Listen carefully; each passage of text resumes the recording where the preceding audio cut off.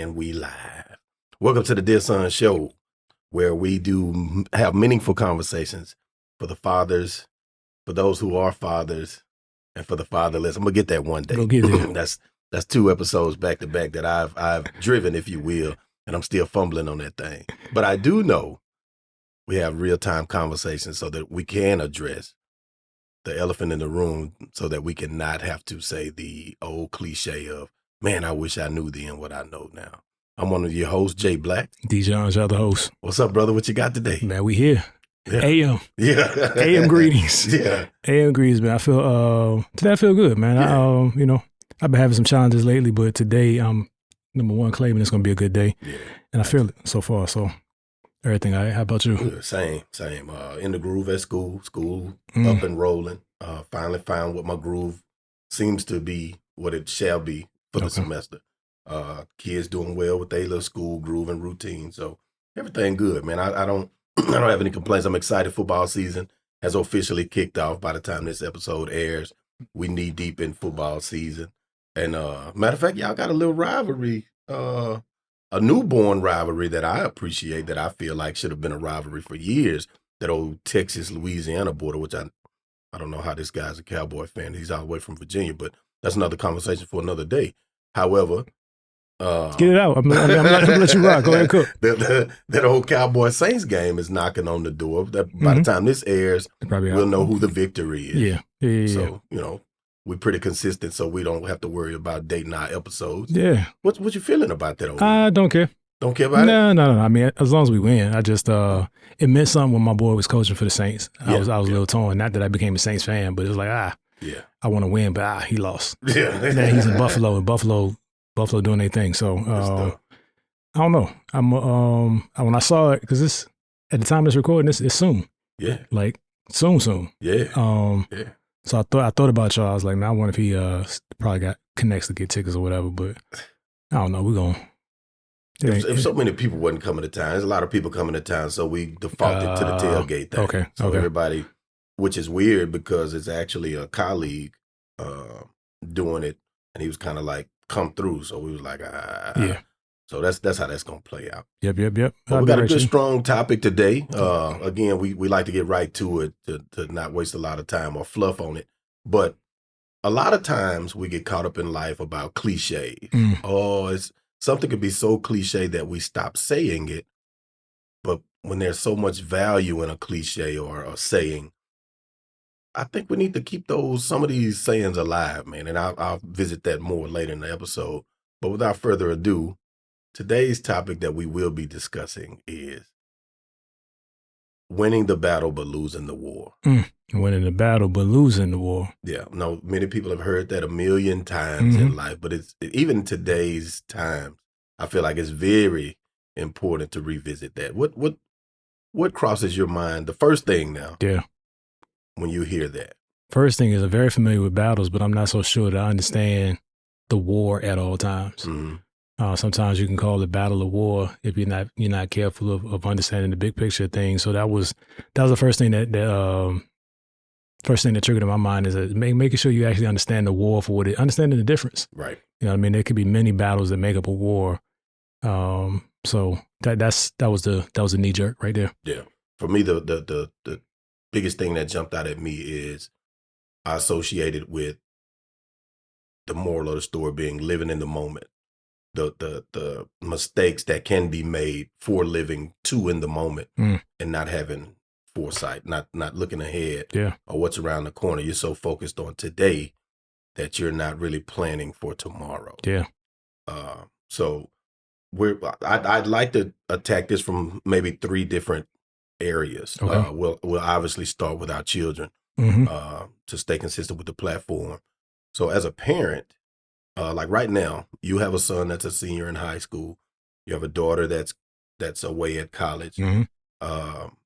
So now both of them are in a what typically for teens, a pivotal moment in their lives. Sure. Right. So a freshman at college, a whole new world has opened up to her. A senior in high school, he's closing one chapter and about to open another, be it school or whatever his decision is for life. Yep. focusing too much on right now, and I don't want to guide your response to this. What do you think from a parent's perspective looking at their children? Do you feel like we focus so much on today dealing with, say, for instance, my child is about to graduate high school, but we set you up for success today. Yeah. But had I looked more into the future of what you really were going to be doing or capable of, maybe I could have maneuvered some things today. So I got you graduated out of high school, and then I pushed you into this other college per se that I felt like was a good school for you. Yeah. But should I have done it? And I'll revisit that in a minute, what I mean by that. But I want to first get your perspective on that. The benefit for me is my son to be the third one making the college decision. So you mentioned my second oldest daughter, which is starting her freshman year in college. I have an older daughter that's gone through a freshman year in college and made some other choices, right? And saw life differently than college being the answer right then. And she just birthed a child. Yes. So there's another dynamic in the house of all of these things, all of these directions that life can play out within this 3 to 4 year window that they're all kind of in, right? Because my oldest is 21, my son that's about to graduate is 17. Yes. So and the other one's right there in the middle. She's 18 going on 19. Yes. Yes. Math is mathing.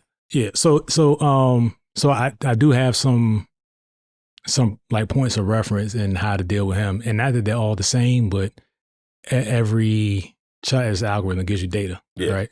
Yes. So with my son, we've had the conversations and throw back to an episode that kind of got people riled up about when you were trying to get in contact with your son to understand his direction in life from a previous marriage, right, where the communication wasn't great and there was some other dynamics. Absolutely. That episode will be referenced somewhere in the show notes or maybe in the card above. But it's continue having those conversations with my son because I didn't want to overwhelm him, especially watching how he performs in school. Like things started to click for him last year. Right. Where he could see, okay, I got one sister that did this. I got another sister that's talking about scholarships and going away and having some other different opportunities because of how she applied herself. And he's like, man, I'm late. It's like, yeah, you're late, but it's not over. Right. So a couple of battles, you may not have stepped up for in real time, but it's not lost information. Right. It's not a lost cause. So, the question now is like, what do you want to do? And he's honestly like, I don't know. And I'm cool with that. Yeah. Because that's honest. Yeah. Because I didn't know, but I followed what my dad recommended, which no shade to him. He recommended that based on how I was performing in school. Yes. I was good at chemistry and math. He said, you should be a chemical engineer. Environmental engineer was a new thing, kind of EPA driven at that time. And I think the first graduated class was the same year I graduated from high school. So it was a new industry. Right. I would be miserable as an engineer today. Right. And, yes. and I dare not say I wasted time in school, but I started down that path. And even though my discipline wasn't there for a 4-year college, when I switched to a community college, I was still an engineer major. So, when a couple more semesters, I was like, no, this ain't it. Yeah. And I made that switch. When I made the switch, everything clicked. Grades went up, went back to the 4-year, graduated. And it kind of charted my course from there. So and one of my common long drawn out answers is with my son, the pressure today is to be thoughtful about all of it. Yeah. You got to focus on what's in front of you because if you miss the pothole, you drop, right? Right. But you don't stop looking down the street to see the car crossing at the next intersection. Yes. That kind of thing. So we're having more frequent conversations about what he's leaning towards and what he's comfortable with. And like the conversations when I pick him up from school have gotten more in depth. Not just yo. Right. What happened today? Yeah. Where you at? What happened with that project you were talking about? And with him taking control of it, he's more leading it like, Dad, these are my grades. Yeah. That's more meaningful to me than son, show me your grades. And then, you're uncomfortable. Yeah. I want to see them, but I want you to have some kind of ownership of that. So that's where we are with the daily versus long-term battles. But I think as long as we keep both in perspective through conversation, we'll find some kind of path. Absolutely. I agree with that. I kind of dealing with the same. And especially funny you mentioned that last portion. Excuse me. I have the same thing going. I've noticed my 18-year-old, who's also a senior in high school this year, he has been coming to me more. It's not solicited. Like I'll just be sitting and he'll just walk up on me and just start a conversation about what's going on at school or grades or thoughts he's having about next level. Like he's genuinely asking me questions that I used to would have to pull out of him. Yeah. So on topic, something that stood out to me in the last week or two, I actually had two different situations, one with my son, one with a niece of mine, that winning the battle but losing the war. But contrary to what it looks like, the children had the war in sight, and all of the adults were focused on winning that battle on the table. Say more. So with my son, there was an instance where he was trying to change a course.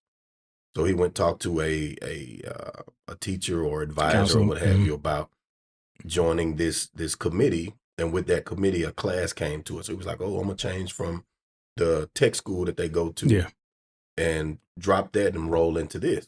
She was like, yep, we got room in this course for it here. So the ball is rolling, but now when it goes to the formalities of submitting the documents for it, they shut it down immediately.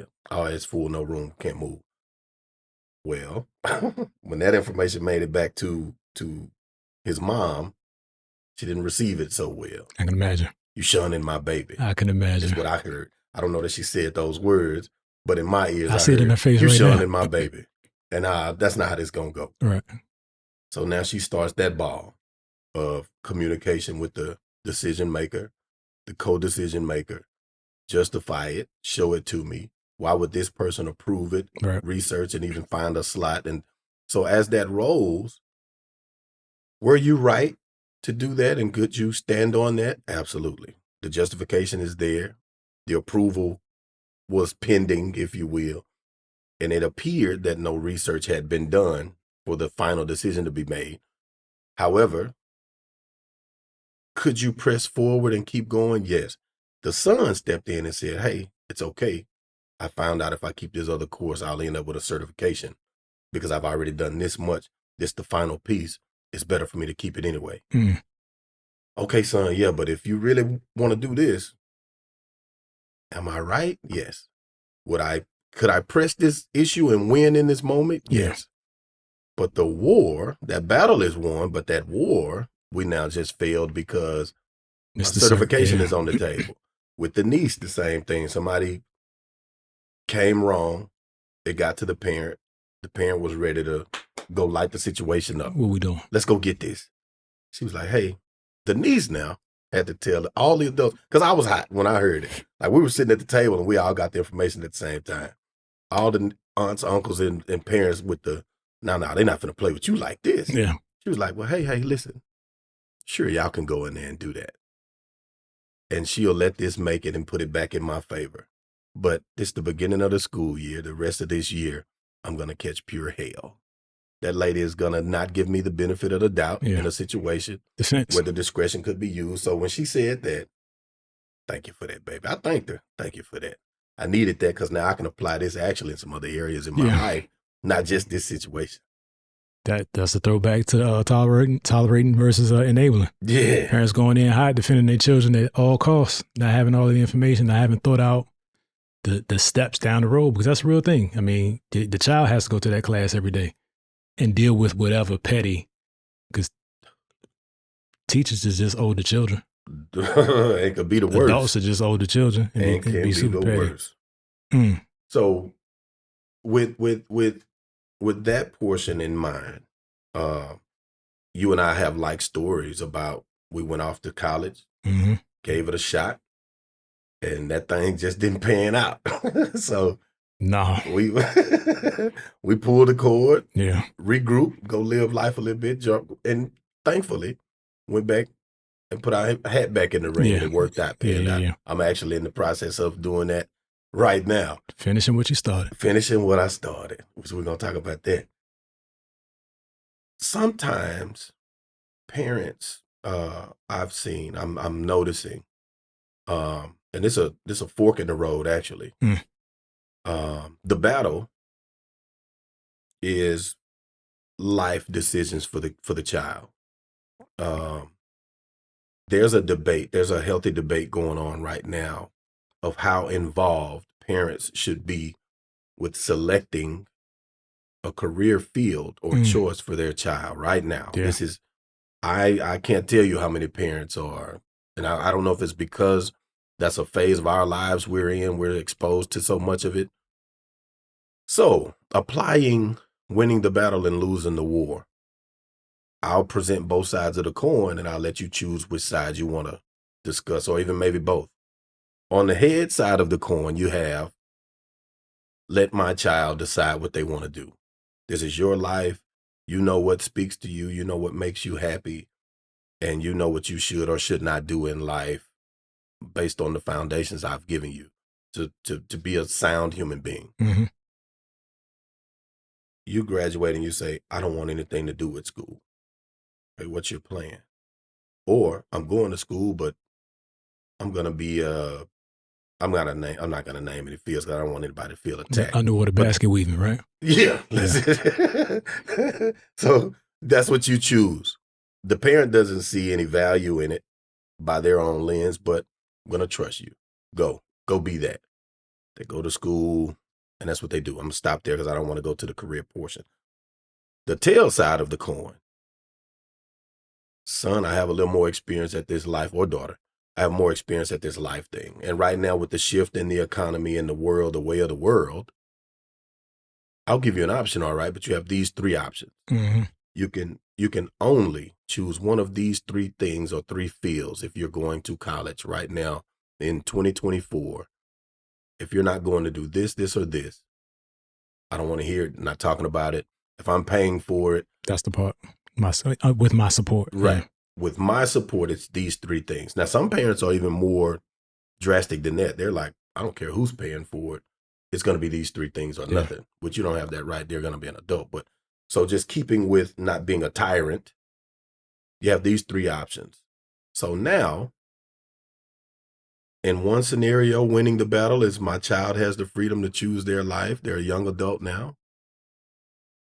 Maybe the life turns out great. Maybe it doesn't. That's the war portion. And this one, statistically, these three fields, as long as you apply yourself and you're successful and learn the material and get in the field, more often than not, these three fields are lucrative and,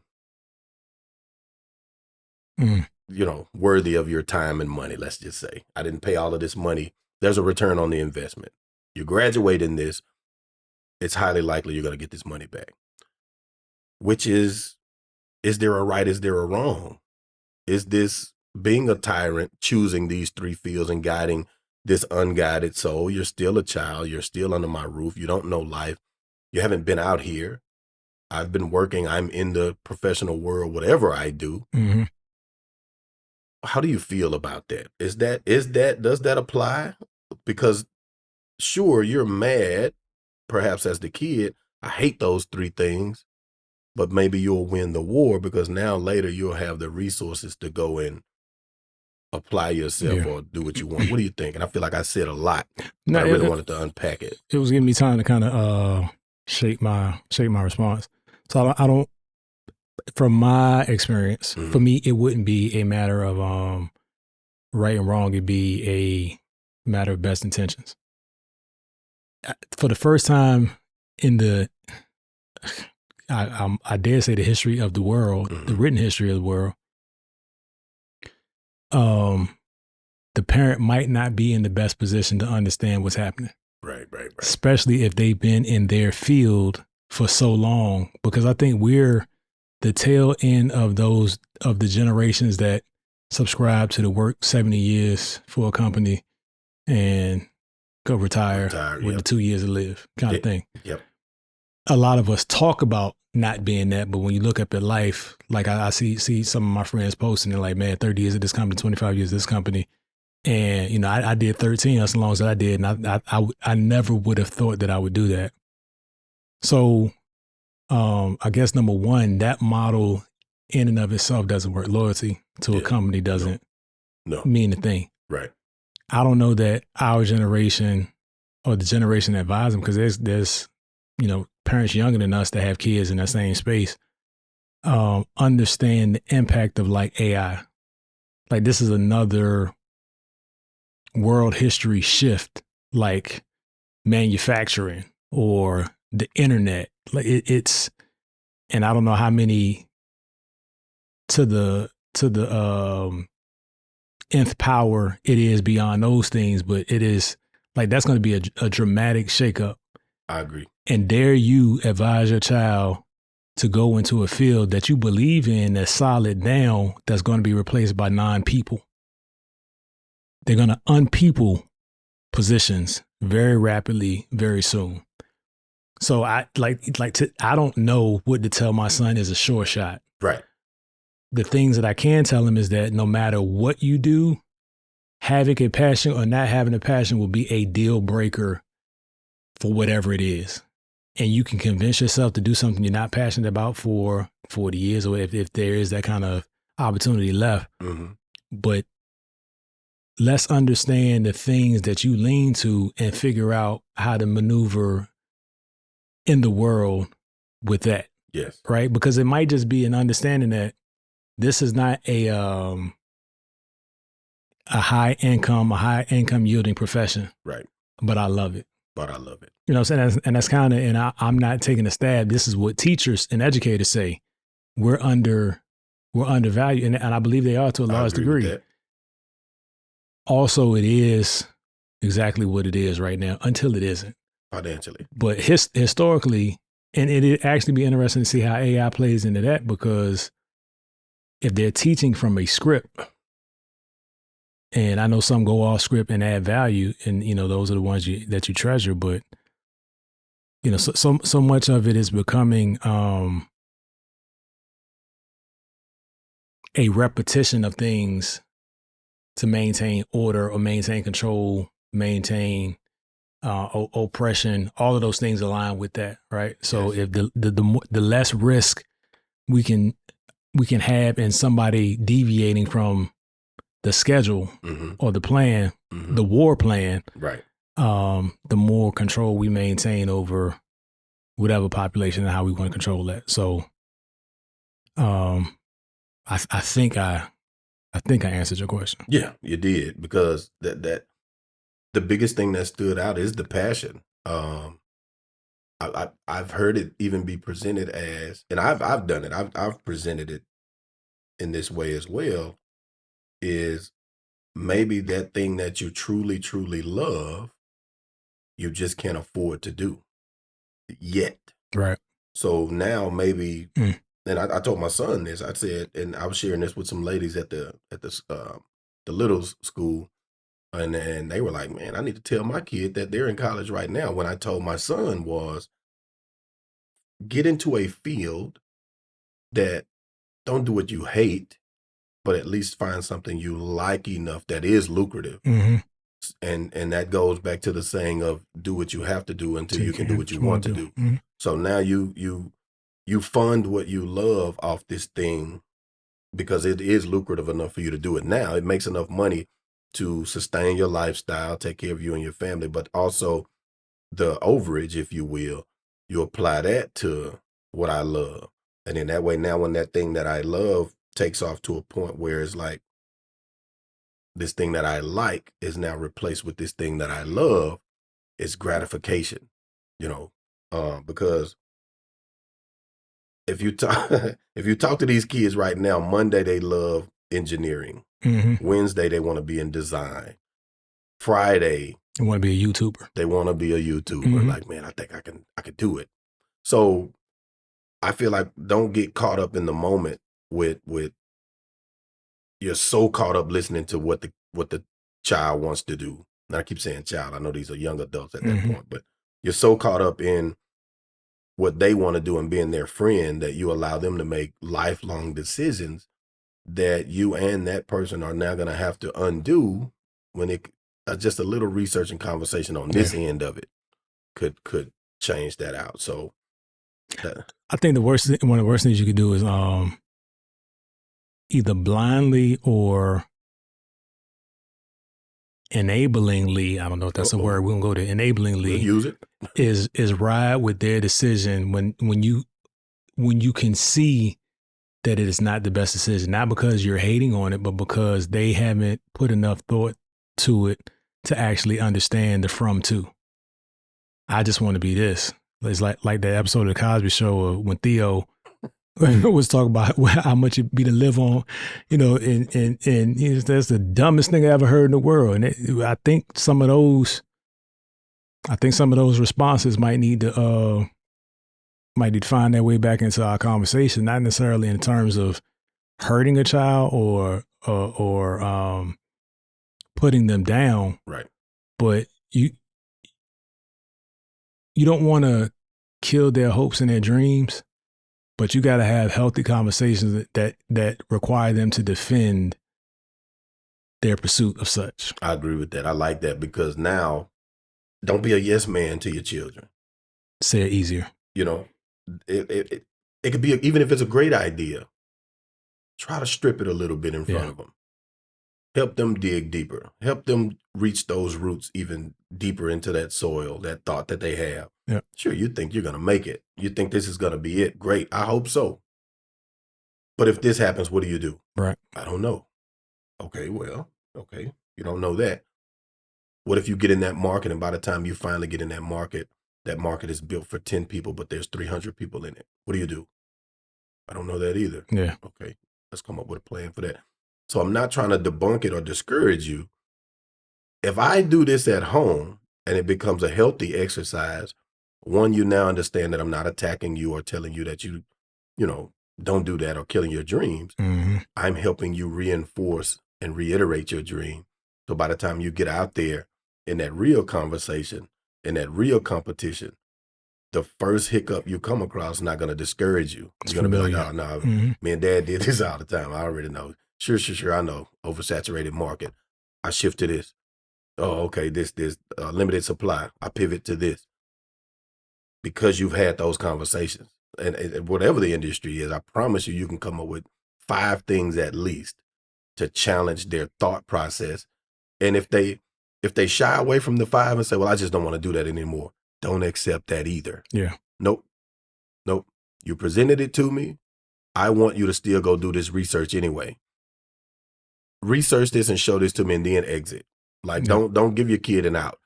Whether you do this or not, I need you to research these 5 questions I just asked you and bring it back to me and let's discuss it. Because now you may be discouraged and quit or want to quit, but because I made you go do the 5 anyway and bring it back to me, that could reinforce both of us to where now I'm looking at you like, boy, that was brilliant. I think you should do this. And he's like, he see it as well.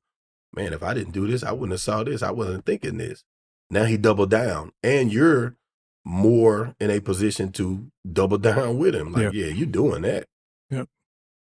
Because a lot of us are still trying to pursue our goals and our dreams, and we don't have an abundance of excess hope to give. Right. So we got to challenge. We got to be mindful of how we challenge that it doesn't disrupt or discourage them beyond return or repair. So I think that's like what you're saying is conversations that anybody pursuing anything needs to have somebody accountable to challenge them like that. Yes. Just in general. Yes. You said there were a couple of different angles you want to hit on. I know I got one. I don't want to. No. You can. That was the 2 there that dealt with the college, high school deal, and then going into parents listening actually to the children, because sometimes they have the war in sight and we don't. We're hot in the moment. Yeah, I want to touch on like kids, the younger generation willing to risk their life, throw their life away over what they believe is a war. That's really maybe not. I mean, I shouldn't say it isn't a war, but not theirs to fight. Right. Some things happening back home. I'm from, for those that don't know, I'm from Hampton, Virginia, home of some legends, the whole 757 area, Allen Iverson, Mike Vick, Ron Curry, several others. But that's the area I'm from. And Hampton and Newport News are a couple of cities that make up the 757. And there's always been some kind of rub. Right. You know what I'm saying? I'm from here, you from there kind of thing. Right. And it showed out a little bit when I was in high school. You could be somewhere where you're not in the majority and get caught out there, get caught short. But it wasn't like you were scared to go somewhere or you felt, at least I didn't felt in danger. Now they're shooting at bus stops. And I dare not make it light of that at all, because it sounds like there's some retaliatory activities taking place. Football games getting canceled between schools because allegedly the rift is between those two schools. Mm-hmm. And I know times have changed and regard for life is at an all-time low. It's hard. I guess I'm the old head now. Like, how do we get here? Like, before you could fight, you could fight, and a couple things gonna happen. You're gonna win, or you're gonna be embarrassed. Right. You go to school the next day. Right. Wear your black eye, wear your busted lip, whatever it is. The evidence is there, but the people are still alive to make another decision or to go back, get back. You know what I'm saying? That kind of thing. Yes. And it's almost like, do you overreact to protect your children because of the actions of others? And because now homeschool for me is back on the table. Donovan graduates. We got, the younger kids are in sixth and fourth grade now. Ooh. Mm-mm. Yes, mine. Yeah. Because they're going to be changing schools. I'm going to bump him down. Yes. Yeah. They're going to be changing schools next year. And like, for me, that's an answer. But do you lose the, how do you operate in the world, right? How do you deal with conflict? Because we homeschool when we were overseas, and the kids were in, I think, sixth, fourth, and third grade when we started. So they did seventh, eighth, they did sixth, seventh, and eighth. They did those 3 grades. So one was starting in sixth, one was starting in fourth, the other was starting in third. So they did those homeschool. And of course, we overseas, like, we were in a very different environment where crime wasn't even a crime over there. Somebody might steal a flashlight, something like that. We were in the UAE, but now it's to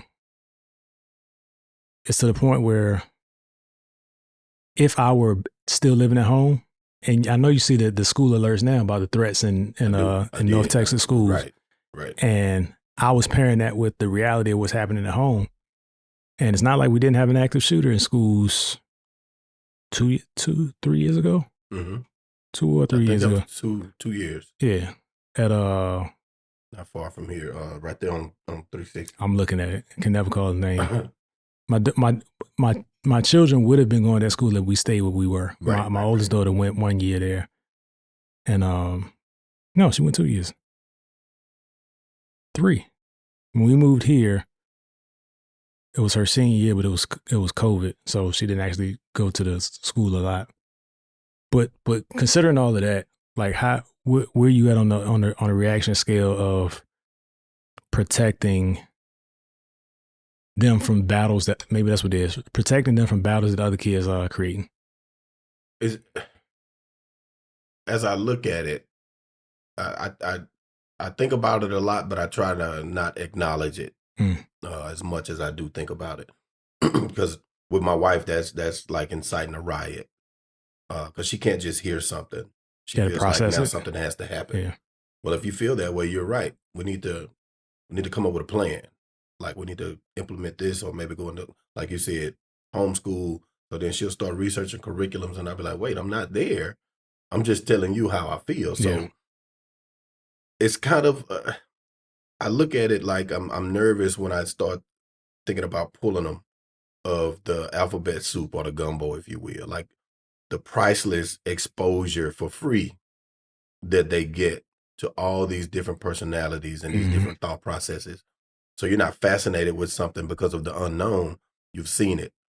You've been around that. Like we were jokingly talking to my son the other day. He took his cap and gown pictures, and there were kids there that were dressed in the goth.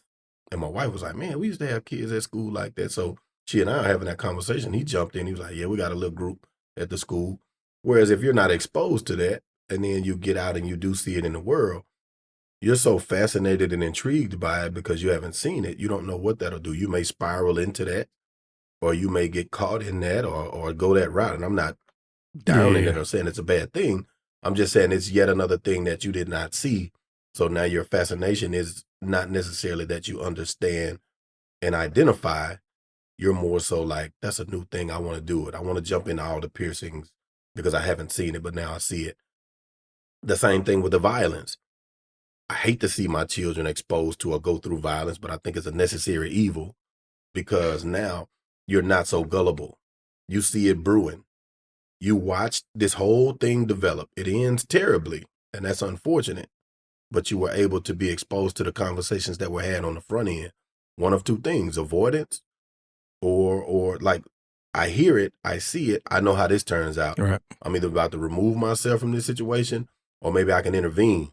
Because of what if it's one of my friends?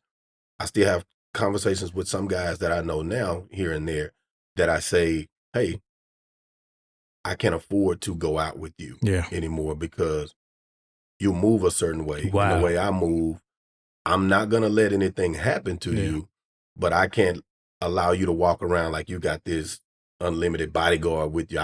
I can get loose because I know I got protection. That's not what my protection is about. My protection is haphazardly. So like, you can't haphazardly go bump into somebody because you got the little man complex and you feel like, don't touch me, I got my people with me. No, sir. So I need my kids to see that. So you recognize it like, hey, this is my friend, man, but he a hothead. I can't go public places with him. Whereas if I put him in a certain controlled bubble, you don't get those. I could tell you all day, but if you don't see it, or you don't get that exposure to it, or different levels to it, you'll get the lesson. They got the lesson 9th through 12th grade. You'll get the lesson in college or after or in the workplace. Yeah. And they already see you coming. So now you're going to get manipulated because you didn't get your early life exposure to the foolery before they really fine tune this con craft that they have. Yep. They were slouches at it in high school, so you could kind of see it. Whereas they see the mistakes they made in the con in high school, they perfect at it as adults. So if you're gullible and everybody was upstanding and nice and respectful around you, your scope is now the world is upstanding, nice, and respectful. Unless I see a terror or, certain type of people that I match profiles on television, not knowing this clean cut, smooth talking fella right here, he finna get you. Need all the harm in the world. Yeah, he finna get you. So I like to have that exposure so that it's like germs. You get out there and you get exposed to the germ, it make you sick right now, but that immune system now recognizes that germ. We got a plan for that germ. We ever see that again. Life is the same way. If you stay in a sterile environment your entire childhood, by the time you're an adult, and now you go exposed to these germs, and you wondering why everybody else walking around looking like they're perfectly healthy, their immune system has been exposed to these germs their whole life, and they fighting it. Yep. Whereas now I just put a clean soul, clean spirit in a bed full of germs. You're going to be sick for 10 years, man, or maybe not even make it past that exposure to that first germ. You see what I mean? Yeah.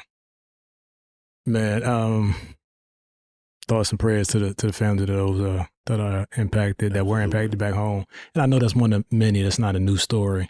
But anytime something happens, the place where you're from, at least for me, it starts to resonate. A place where you're from or the place where you are, those things start to resonate.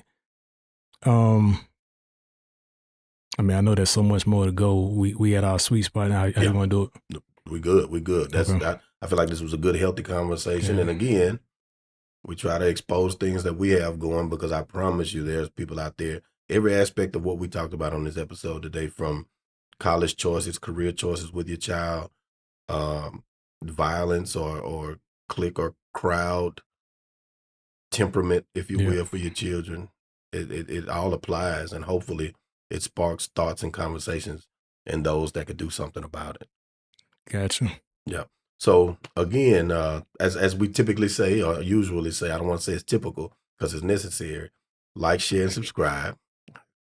Also support those that you love, support those that you like, support those that you enjoy, support Black business. You know, we got a lot of entrepreneurs out here. I love the fact that the entrepreneurial spirit is moving throughout the minority community, and we need to continue to do such.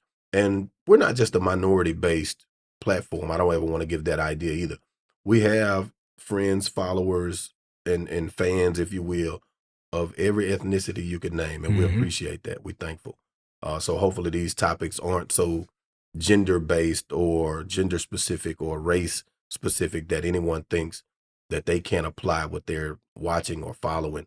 Like, you don't have to sneak and watch the episode because you feel like you're watching a Black show. Yeah. It's okay. It's okay. Yeah, I mean, even one step further, just women initially, because of the name, their son. Yeah. Then some that click like, wait a minute, I have son. Yeah, y'all birthed the sons. Yes. So there's always going to be some kind of connection. And you had a father or you didn't have a father, and that relationship impacts how you see the world. Yes. So hopefully, you know, there are people that are taking an interest in how their sons develop that create some great husband opportunities or candidates for these daughters that are being born. Support the Dear Son Network. Absolutely. Support the Dear Son podcast. Support Love Keisha J Studio. Yep. And I am inserting something right now as I'm talking because I never have the book handy. Yeah. But you see the book on the screen. If you're not watching this, you're on the audio platform, it'll be in the link below. But my wife has a series of children's books that she's written. The first of the series is published. Great reviews, great product, very thoughtful, and great messaging in the book itself. So again, check the link below if you're on the audio or on the video for ordering purposes. But this is the book that I keep saying I wish I had. Yeah. Not thinking about just inserting. Yeah. Yeah. After. That's it. Support Flexion Chiropractic. Support your favorite team, man. I don't respect you if you have 2, 3, 4, 5, 6 teams, but you be you. On that note, you got anything, brother? Got anything else? That's reminding me of a show you want to do. We can get that off. You don't want it. You know me, bro. Stay tuned. Appreciate you guys. God bless you. Peace. Peace.